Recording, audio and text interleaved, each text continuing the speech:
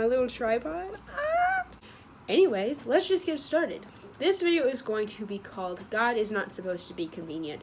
And I feel like I can really speak on this because this is something that I went through my freshman year of college. I was 100% guilty of this. And honestly, to this day, sometimes I find myself only talking to God or reading my Bible when it's convenient. Let's get into that. If you grew up anything like me, you did not miss church on Sunday. No questions asked. Your tummy hurts? Okay, take some Pepto-Bismol. I'll meet you in the car. I just grew up knowing that I would get in some serious trouble if I thought I would be missing church. I would be dragged out of bed if I thought I could just sleep in. When you're like in the 4th grade and all you want to do is sleep in, and your mama come in your room and she pull you out of the bed and she puts you in your best dress. I'm not upset and I don't have trauma. But you know what I mean. Like, it was not, obviously I loved going to church. All of my friends in middle school and high school were in my youth group. So but you know what I mean. I get to college and it's super weird. I finally have the freedom to choose if I want to go to church or not. And it wasn't something obviously I was used to. And so I went the first Sunday I was there. I didn't go church hunting or anything. I just found the First Baptist Church and strolled on in. This sounds bad. I ended up not agreeing with some of the things the pastor said, and I used that as an excuse for me just not to go to church. I was like, you know what? I've been going for 18 years. Like, I can afford to miss a couple months of church, whatever. Those couple months turned into pretty much the whole entire year. I was reading my Bible, but I didn't get plugged into a church. I wasn't serving in any kind of ministry. I wasn't in a life group. I would just sometimes open my Bible when I felt like I needed that fix, and then I was good. I was good to go. But what ended up happening when I pushed myself away from the church and from talking to God and reading my Bible, I didn't have a relationship with Christ. And that left me absolutely miserable. I was absolutely miserable my freshman year of college. I think I've tried to sugarcoat my freshman year of college, but I'm coming to you now saying it was the worst school year of my life. Besides junior year of high school, I would, and I've talked about it before, I'd stay inside my dorm, and what gave me joy and peace and happiness was me posting Twitter videos and getting attention from that. That's what fueled me. That's what got me going. But obviously at the end of the day, I was still super depressed, and lonely. So I've grown a lot in my faith this past year. Like, it's been crazy.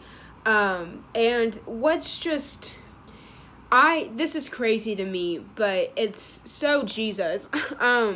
I finally found peace when I found myself at the feet of Jesus, the feet that were pierced for me. Found myself at those feet, like, weeping, just like, God, what have I done? Where have I gone? Like, what did I just do? Like, just completely wrecked. And obviously, like, Jesus was there the whole time. The whole time I was like, please, don't need you. I'm doing this. I have my own thing going on. I read your word the other day. Like, we're good. Like, that's fine. But here's the thing. That's not what a relationship with Christ is. Knowing God and having a relationship with him is completely different.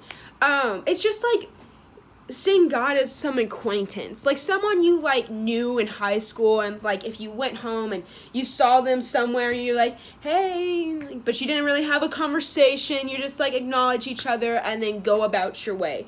But a relationship, when you have a relationship with someone, you devote yourself to that relationship. You love that person. You want to spend time with them.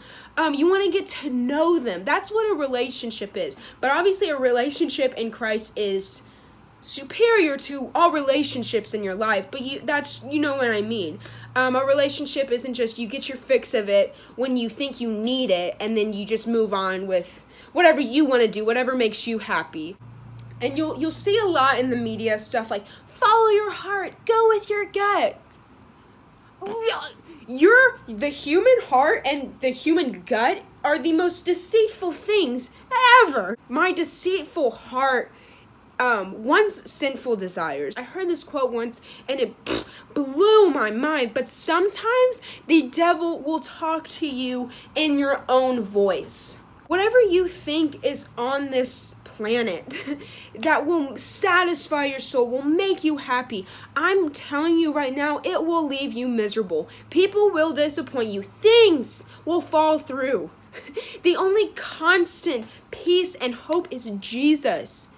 So how would you not how would you not want to have a relationship with someone who loves you more than all of those worldly things? How can you not want a relationship with someone that no matter how many times you turn your back on him, he's like, hey, come here, come home.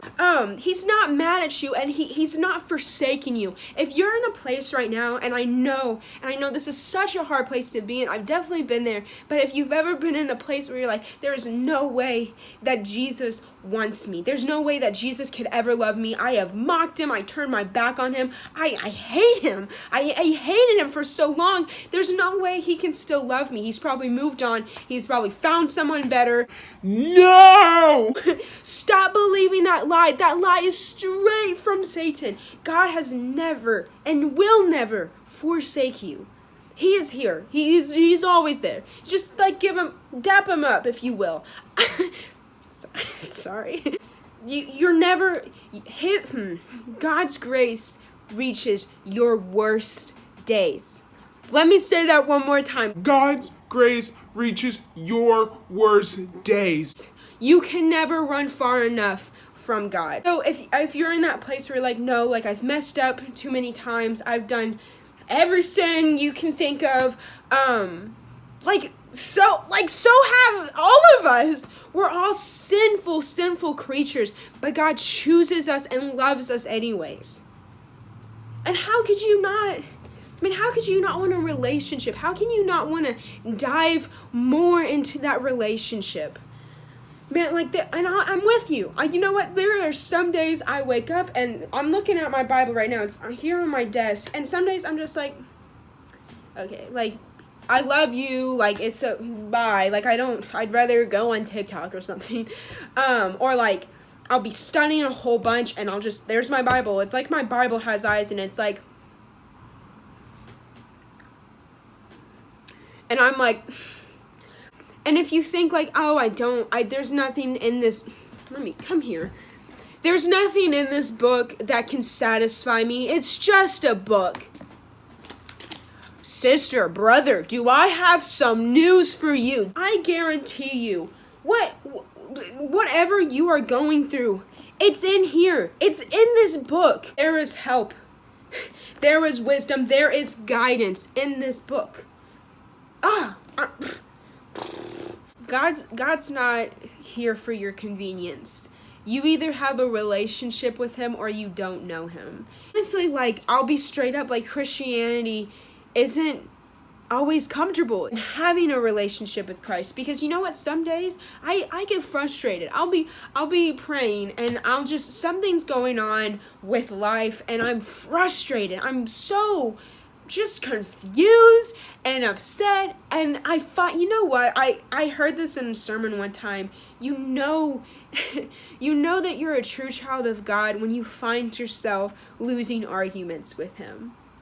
And that, like, when I heard that in church, I like, what? And then I realized, like, yeah, like, I'll be praying sometimes, I'm like, God, why is this going on? What are you doing? Blah, blah, blah. And then I just, like, hear him, like, very calmly just be like, give me the straightest answer, and I'm like, God dang it. You know, like, sometimes you, like, kind of want to win an argument, but, like, that's never going to be possible because God is all-knowing. But, and that's so true. You will find, if you are a true child of God, you will find yourself losing your arguments with him. When you think that life's just going bad, God will remind you, yeah, life's bad, but I'm good. I'm better. Or when you're like, man, like, I've just been in this depressing season. I've just been in this valley for so long, God. I feel like I'm just in a pit and I'm never going to get out. And then you'll hear God saying, well, I'm using it for something. I'm using it for something pretty cool. So, and then you're like, dang it, like, you're right. But anyways, that's my little spiel for the day. Just know, if you're watching this, whatever sinful desire you choose, time after time, that you think will bring you happiness, joy, peace, whatever, I need you to know that those things will fall short. They will leave you miserable. But Jesus is here. Jesus isn't going to leave you. Jesus will never fall short. He loves you more than literally anything. And he wants more than anything to have a relationship with you. It's never too late. I guarantee you it is never too late. Also, I just obviously love to talk about this. If you have questions about anything I said, or you just need someone to pray over you, please, if you have my number, text me. If you don't, please DM me. Let's talk, let's pray, because you are so loved, and I want more than anything for you to have a relationship with Christ, because I guarantee that's where your hope comes from. That's the only place your constant hope can come from. That's all I have to say. Goodbye.